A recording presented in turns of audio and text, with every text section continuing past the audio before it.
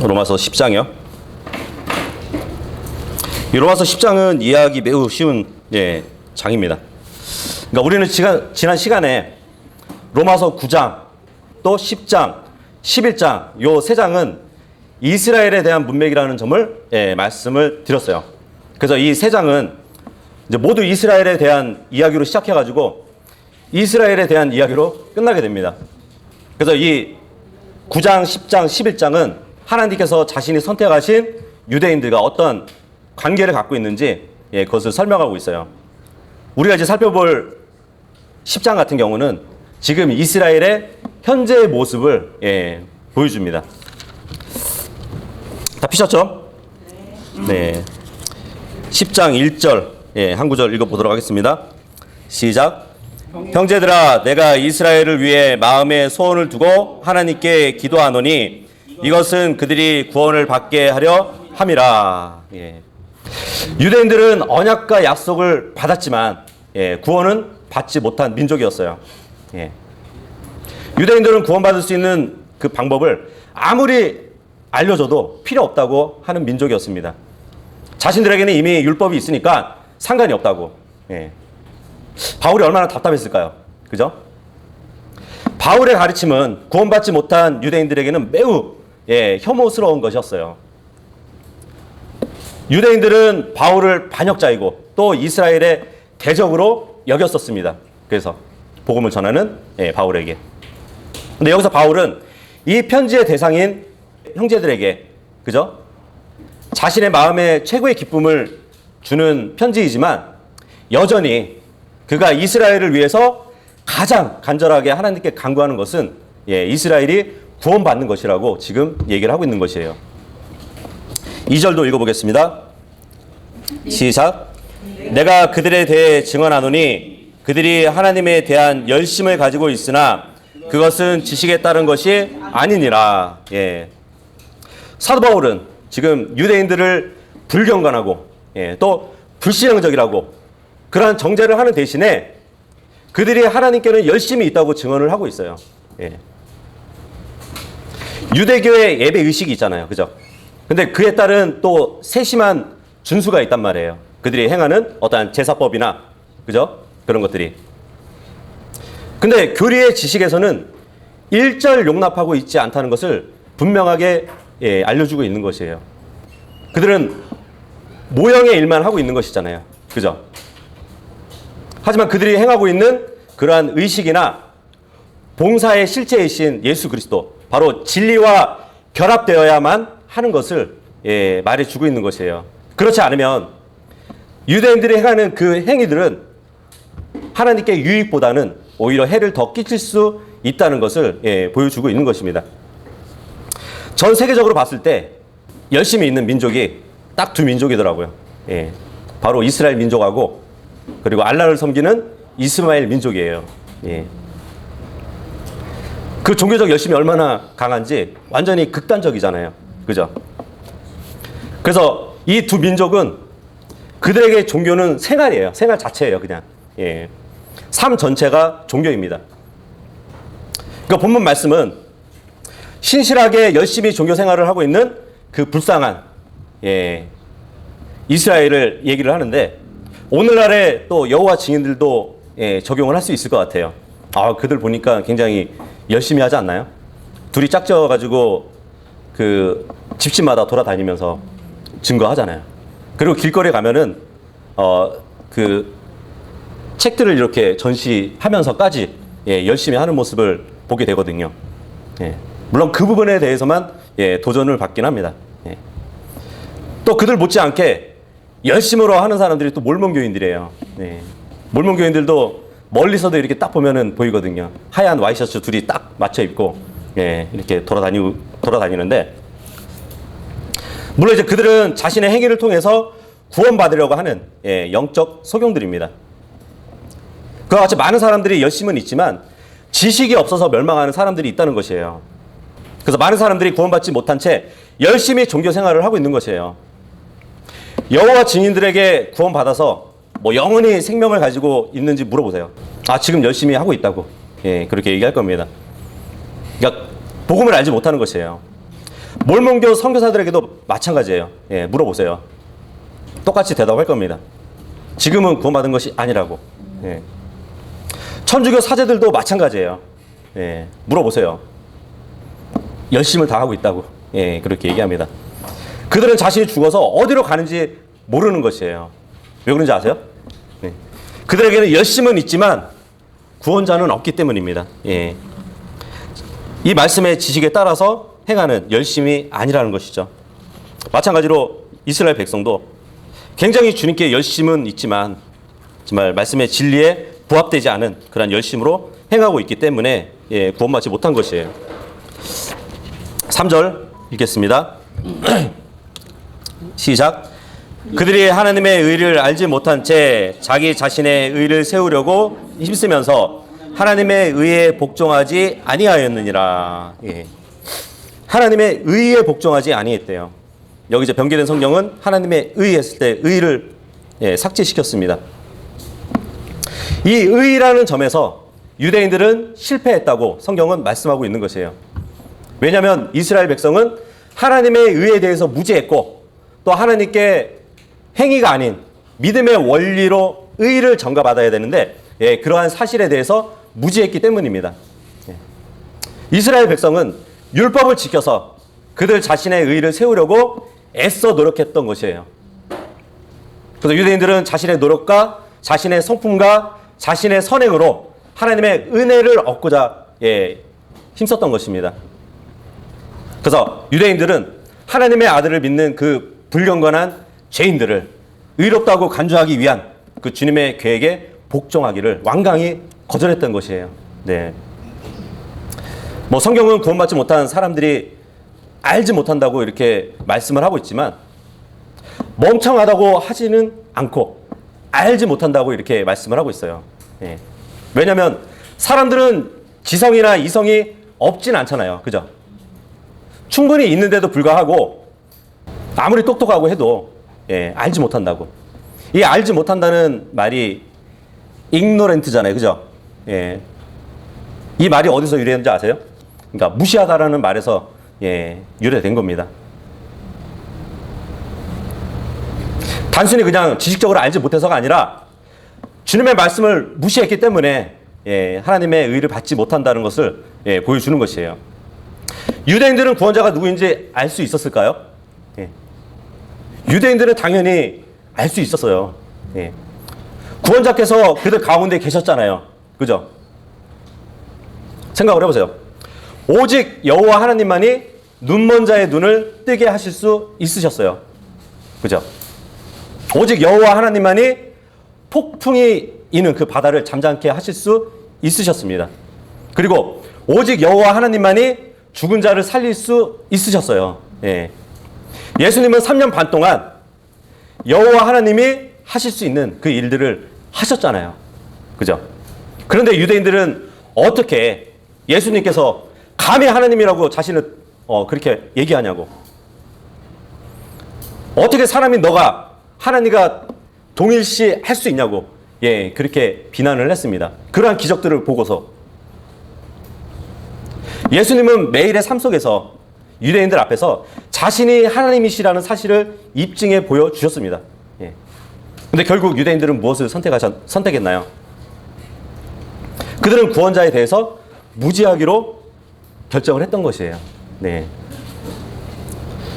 그들이 구원자를 알 수 없었기 때문도 아니고 그들에게 구원자에 대한 정보가 없어서가 아니라 단지 유대인들은 구원자를 원하지 않았어요.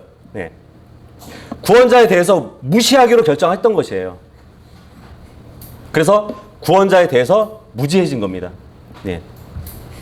수많은 기적들도 보고 그분의 말씀의 권능도 들었지만 그분을 무시하게 된 것이에요. 그래서 구원자에 대해서 무지하게 된 것이라고 볼 수 있습니다.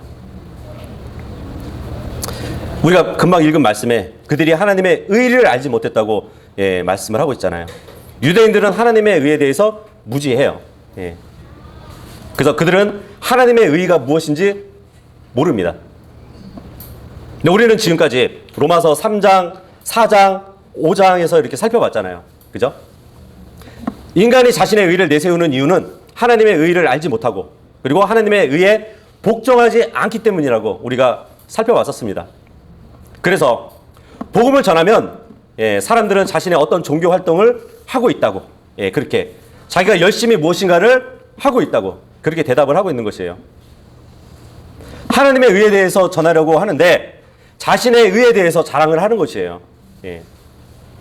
그래서 구원받았냐고 물으면 자신이 어떤 종교 활동을 하고 있는지 그렇게 대답을 한다는 것입니다.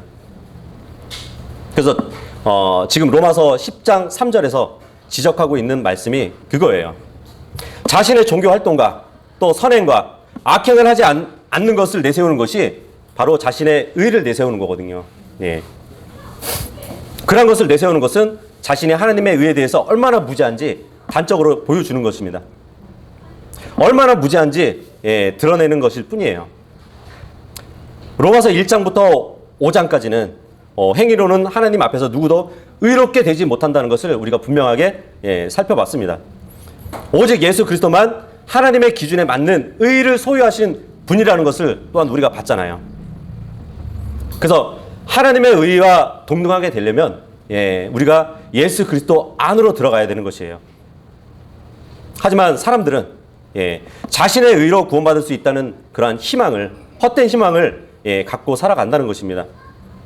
그러한 모든 희망을 버리고 정말 진리에 순종해서 예수 그리스도께서 하나님의 의라는 사실을 받아들여야만 구원받을 수 있다는 것이에요. 유대인들은 자신의 의를 자랑하다가 결국 지옥으로 가게 되었습니다. 자신이 다른 사람보다 낫다고 자랑하다가 지옥으로 가게 되는 것이에요. 유대인들은 무엇을 해야 영원한 생명을 상속받을 수 있는지 예수님께 여쭤보기도 했습니다. 그죠? 내가 어떻게 해야만 영원한 생명을 얻을 수 있냐고. 그래서 예수님은 행위를 통해 구원받으려면 모든 율법을 지켜야 한다고 말씀을 하세요. 그러니까 그 질문한 사람의 그대로 답을 해 주셨던 분이에요. 그랬더니 질문한 사람은 어떻게 했죠? 근심하면서 돌아갔어요. 구원받기 위해 해야 하는 일은 단순한 일인데, 그죠? 자신의 의를 버리고 하나님의 의이신 주 예수 그리스도를 받아들이면 되는 것이에요. 이것이 바로 구원받기 위해서 해야 할 유일한 일입니다. 이 외에 무엇을 한다 해도 성경에서 말씀하시는 구원이 아닌 것이에요. 성경에는 반드시 강단상 앞에 나와가지고 구원받게 해달라고 그렇게 하는 말도 없어요. 그렇게 해야 된다는 말씀도 없습니다. 반드시 영접 기도를 해야 한다는 말씀도 없어요. 구원받은 날짜를 알아야 한다는 말도 없고 구원받은 순간 어떠한 특정한 느낌이 내 안에서 이루어져야 된다고 그런 말씀도 없어요. 구원받은 사람은 무엇을 해야 한다거나 하지 말아야 한다는 그런 말씀도 없습니다. 오직 하나님의 의이신 예수 그리스도를 받아들여야만 구원받을 수 있다고 성경은 말씀하고 있어요. 그래서 하늘나라에 갈 수 있는 이유가 자신 때문인지 아니면 예수님 때문인지 분명하게 알아야 된다는 것입니다. 자신 때문에 하늘나라에 갈 수 있다고 생각한다면 결코 하늘나라에 갈 수 없을 것이에요. 예수님 때문에 하늘나라에 갈 수 있다고 생각한다면 이미 그곳에 가서 예수님 옆에 앉아 있을 겁니다. 복음도 이해를 하고 성경적인 용어들도 잘 알고 한다 할지라도 구원받지 못할 수도 있어요. 용어를 전혀 모르고 구원받을 수 있는 그런 방법을 안다고 할지라도 자신이 구원받았다고 생각하면 안 된다는 것이에요. 예수 그리스도를 믿지 않으면 아무리 대단한 지식을 갖고 있다 할지라도 결코 구원받을 수 없는 것입니다. 반드시 자신의 의를 버리고 하나님의 의를 받아들여야 한다는 것을 성경은 말씀해 주고 있는 것입니다. 돌아와서 4절. 4절 읽겠습니다. 시작. 그리스도께서는 믿는 모든 자에게 의가 되시기 위해 율법의 끝마침이 되시느니라. 율법의 목적은 죄를 드러내고 범법자들을 지적하는 그 정죄하는 것이에요. 율법은 결코 의를 줄 수 없습니다. 예수님으로 인해서 이 파기된 율법의 형벌은 죽음이에요. 율법의 요구사항은 곧 죄의 삭은 사망이라는 것입니다. 그러면 율법을 한 가지라도 어긴 사람은 다 그 죽음으로 대가를 치러야 된다는 사실이에요. 근데 이 땅에 태어난 유대인들은 100%다 율법을 소유했지만 율법을 어긴 자들이었습니다. 그렇다면 그들은 다 죽음으로 그 대가를 치러야 된다는 것이에요. 유대인들이 죽음으로 대가를 치르지 않으려면 누군가는 이 대가를 대신해서 치러야 되는 사실을 알려줍니다. 유대인들이 죽음을 맛보지 않으려면 누군가는 대가를 치러야 된다는 사실을 얘기해 준단 말이에요. 그런데 자격 조건이 있죠. 단 한 번도 율법을 어기지 않은 사람이 대신 죽어야 되는 것이에요. 그분은 바로 예수 그리스도시죠. 예수님을 지켜봤던 그 원수조차도 그분이 의롭다는 것을 인정했다는 것입니다. 이 예수님은 죽음을 통해서 사람들이 범한 그 율법의 형벌을 치르신 분이에요. 죄인이 예수 그리스도를 구주로 영접한다면 율법은 더 이상 그 사람에게 할 말을 잃게 됩니다. 그죠? 구원자이신 그분이 죽음을 통해서 믿는 자들은 율법에 대해서 죽은 상태가 되었기 때문이에요. 그리고 율법으로 의를 이루기보다는 그분을 믿고 살아가면 되는 것이에요. 예수님은 33년 반 공생애를 사셨는데 그분을 지켜본 모든 이들은 그 누구도 예수님을 죄인으로 기소할 수 없었습니다. 그죠? 마지막에 가서는 어거지로 죄인을 만들었던 거잖아요. 성경에 보면 참 희한하게도 사람들도 예수님의 죄를 지적할 수 없었는데 디모데전서 3장 16절에 보면은 성령님도 예수 그리스도를 의롭다함을 주었다고 합니다. 생각을 해보세요. 예수님은 의로우신 분이잖아요. 그죠? 의로우신 분인데 성령님에 의해서도 의롭다함을 얻었대요. 무슨 말씀일까요? 예수님의 공생애를 성령님도 지켜보신 결과 단 하나의 율법도 어긴 적이 없는 것을 증언해 주신다는 것이에요. 예수 그리스도가 의로우신 분이라는 것을 성령님도 판결해 주셨다는 것입니다. 그러니까 하나님께서 받으실 수 있는 그 희생 헌물은 예수님밖에 없는 것이에요. 그래서 예수님은 유일한 희생 헌물이셨습니다. 예수 그리스도는 율법이 요구했던 그 사망을 또 이기셨어요. 그러니까 율법이 더는 믿는 자에게 요구할 것이 없게 된 것입니다. 그래서 하나님의 의를 얻기 위해서는 오직 해야 할 일은 믿는 것밖에 없는 것이에요. 하나님의 의와 맞교환할 수 있는 것은 믿음밖에 없는 것입니다. 뭐 침례나 세례나 뭐 교회 출석이나 선행으로는 바꿀 수 없어요. 하나님의 의를 얻을 수 있는 방법은 믿음밖에 없다는 것입니다. 믿고 영접 기도를 하면 구원받지만 믿지 않고 영접 기도를 하면 구원받을 수 없어요. 구원의 기준은 믿음이기 때문입니다. 믿고 강대상 앞으로 나오면 구원받을 수 있지만 믿지 않고 강대상 앞으로 나오면 구원받지 못해요. 구원의 기준은 믿음이기 때문이죠. 이 강대상에 나오라니까 왜 나가지? 이렇게 생각할 수도 있지만 그 미국의 전통이에요. 근데 독립교회에서도 행하고 있습니다. 설교 끝나고 혹시라도 구원받지 않은 사람들 있으면은 여기서 회심하라고 나와서 기도하시라고 그런단 말이죠. 저희는 그런 거 안 해요.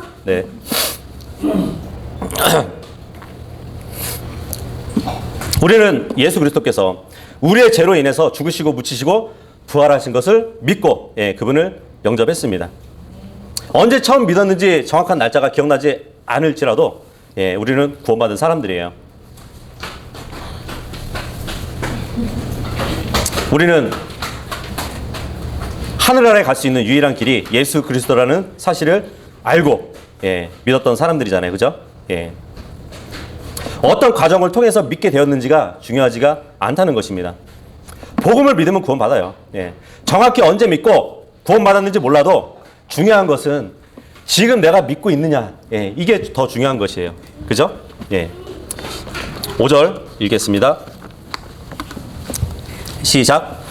모세가 율법에서 난 의를 묘사하며 그것들을 행하는 사람은 그것들로 말미암아 살리라 하고 말하지만, 예. 여기 보니까 하나님의 의가 있는 반면에 율법의 의라는 것이 있다고 말을 하고 있네요. 율법을 지키면 그 율법 안에서 의인이래요. 예, 그 말을 하고 있는 것이거든요. 이 율법대로 행하고 그 율법을 성취해야 그 안에서 의인이라고 불릴 수 있다는 것이에요. 그런데 이 말씀은 반전이 있는 것이에요. 율법을 지키고 도달할 수 있는 사람이 없다는 것을 얘기하는 것입니다. 예. 율법을 영원히 완전히 지킬 수 있는 사람이 있다면 그는 죽음의 심판을 당하지 않고도 살 수 있다는 것이에요. 하지만 율법은 이미 죄인이고 이미 사형 선고를 받은 사람들에게 주어진 것입니다. 예. 그죠? 유대인들이 율법을 받고 나서 완전히 지킬 수 있다 하더라도 율법을 받기 전에 이미 죄인들이었단 말이에요. 예. 그래서 그 죄에 대한 대가를 하나님은 요구하시기 때문에 유대인들은 여전히 멸망하고 말 민족이었던 것이에요. 그러니까 사람들이 율법을 지킴으로써 의를 얻으려고 하는 그 일 자체는, 그 희망은 그 시작부터 실패할 운명인 것이에요. 예. 그러니까 성경에 보면은 하나님께서 인정하시는 믿음의 의와 또 율법의 의 두 가지가 있는데, 율법에서 난 의를 쟁취하신 분은 아무도 없고 예수 그리스도 한 분뿐이라는 것을 말씀해 주고 있는 것입니다. 그래서 그분은 희생 헌물로서 십자가에서 죽으셨고 부활하신 것이에요. 그 예수님을 믿는 자는 이제 율법으로 난 의가 아니라 믿음에서 난 의를 거저 주시는 것입니다. 6절 7절이요. 읽겠습니다. 시작. 믿음에서 난 의는 이같이 말하되 네 마음속으로 누가 하늘로 올라가겠느냐 하고 말하지 말라 하나니 그것은 그리스도를 위에서부터 아래로 모셔오려는 것이요 혹은 누가 깊음 속으로 내려가겠느냐 하고 말하지 말라 하나니 그것은 그리스도를 다시 죽은 자들로부터 위로 모셔가려는 것이라. 예. 믿음과 율법의 큰 차이가 어느 정도인지를 보여줄 목적으로 지금 신명기 30장 12절 13절의 말씀을 인용하고 있습니다. 사도 바울은.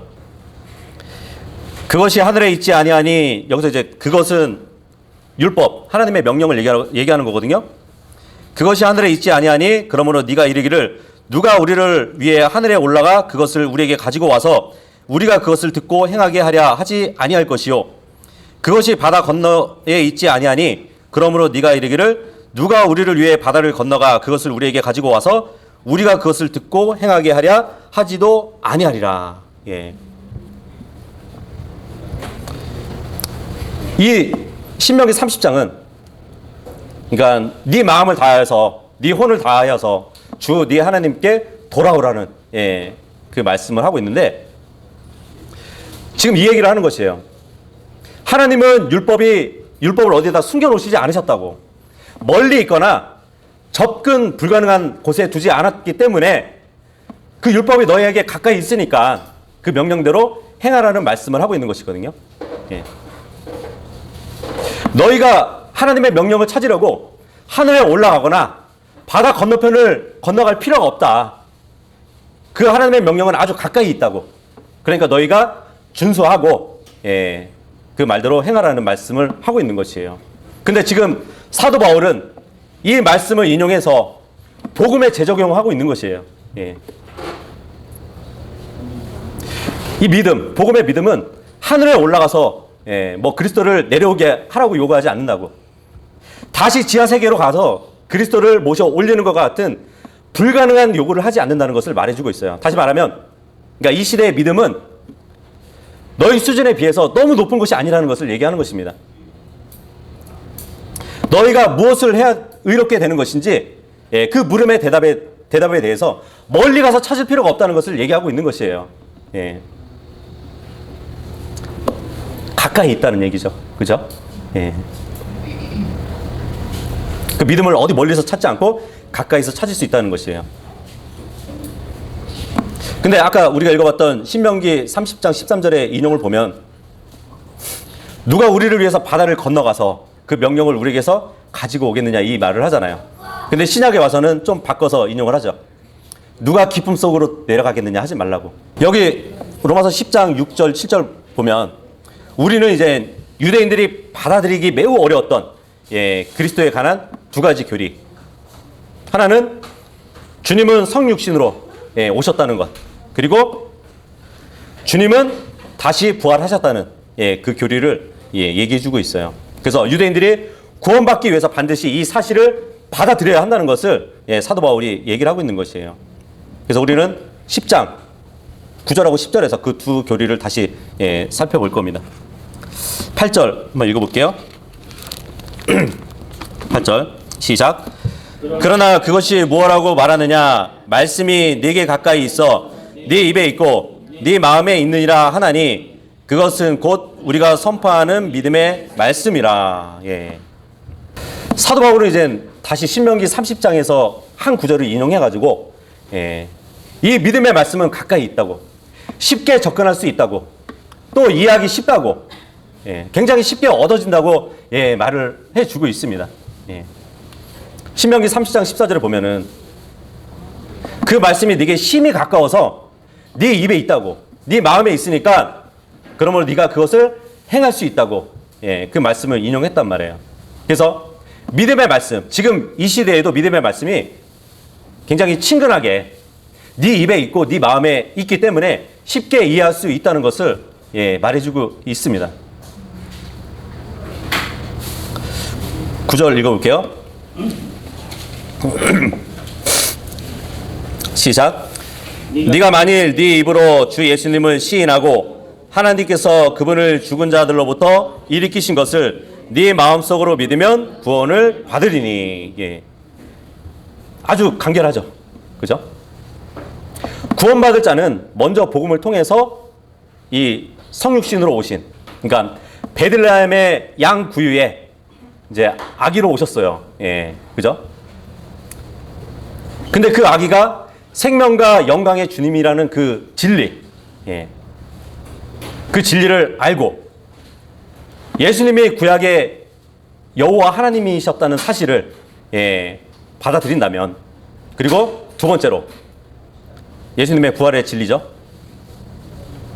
예수님께서 성육신으로 오셨고 우리의 죄를 가지고 이 땅에 가셔서 죄를 버리시고 다시 부활하셨다는 그 사실을 함께 받아들이면 구원을 받는다고 굉장히 간결하게 이해하고 있는 것이에요. 그래서 예수님께서 우리 인류에 필요한 모든 사역을 마치신 분이라고.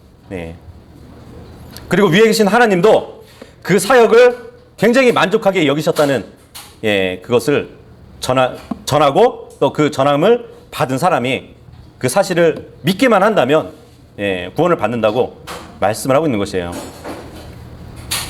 이 믿는다는 것은 사람의 지성 그리고 감성 또 의지를 다해서 믿는 것을 의미하기도 합니다. 네가 만일 네 입으로 주 예수님을 시인하고 눈물을 흘리면서 강대상 앞으로 나와서 무릎을 꿇고 영적 기도를 하고 또 술, 담배를 끊으면 구원을 받으리니 이 말을 하고 있지 않아요. 성경은 그렇게 말씀하고 있지 않습니다. 제가 의로운 행위를 하는 것을 누가 본다면 그 사람들은 제가 구원받았다는 그 사실을 알 수 있을지는 모르겠어요. 하지만 제가 구원받은 것은 어떤 죄를 끊거나 의로운 행위를 해서가 아니에요. 제가 구원받은 이유는 저의 죄로 인해서 죽으신 구원자 예수 그리스도를 믿었다는 것이에요. 뭘 믿었냐면 하나님께서 다시 그분을 일으켜 주셨다는 그 사실을 믿었기 때문입니다. 그래서 오직 믿어야 구원을 받을 수 있는 것이에요. 물론 뭐 무릎 꿇고 영적 기도를 하는 것은 매우 좋은 일이죠. 하지만 믿지 않고 무릎 꿇고 기도한다면 지옥에 가게 될 것이에요. 사람을 하늘나라로 가게 하는 것은 믿음이지 행위가 아니기 때문입니다. 구원은 무릎을 꿇거나 영적 기도를 하는 데 있지 않고 믿음에 있는 것이에요. 그 베드로가 고넬료를 구원 초청을 하기 위해서 만나러 가게 되는데 고넬료는 이미 구원을 받았었어요. 네. 그 사실을 우리가 기억해야 됩니다. 그래서 이처럼 입으로 예수님을 주님으로 시인하고 또 하나님께서 그분을 죽은 자 가운데서 살리신 것을 우리 마음으로 믿어야 한다고 지금 성경은 말씀하고 있어요. 이것이 구원의 믿음이라고 합니다. 근데 율법에서 의롭게 살려면 613가지의 법을 다 지켜야 돼요.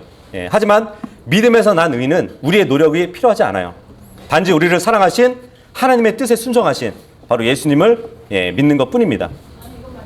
그리고 그분을 감사함으로 받기만 하면 되는 것이에요. 예수님께서 우리의 죄를 대신해서 죽으셨고 지옥에 내려가셔서 사망을 이기셨고 또 부활하셨고 지금 하나님의 우편에 앉아 계셔요. 이 사실을 믿기만 하면 우리는 그 의를 거저받는 것이에요. 구원을 받는 것입니다. 10절도 읽어볼게요. 시작. 사람이 마음으로 믿어 의에 이르고 입으로 시인하여 구원에 이르느니라.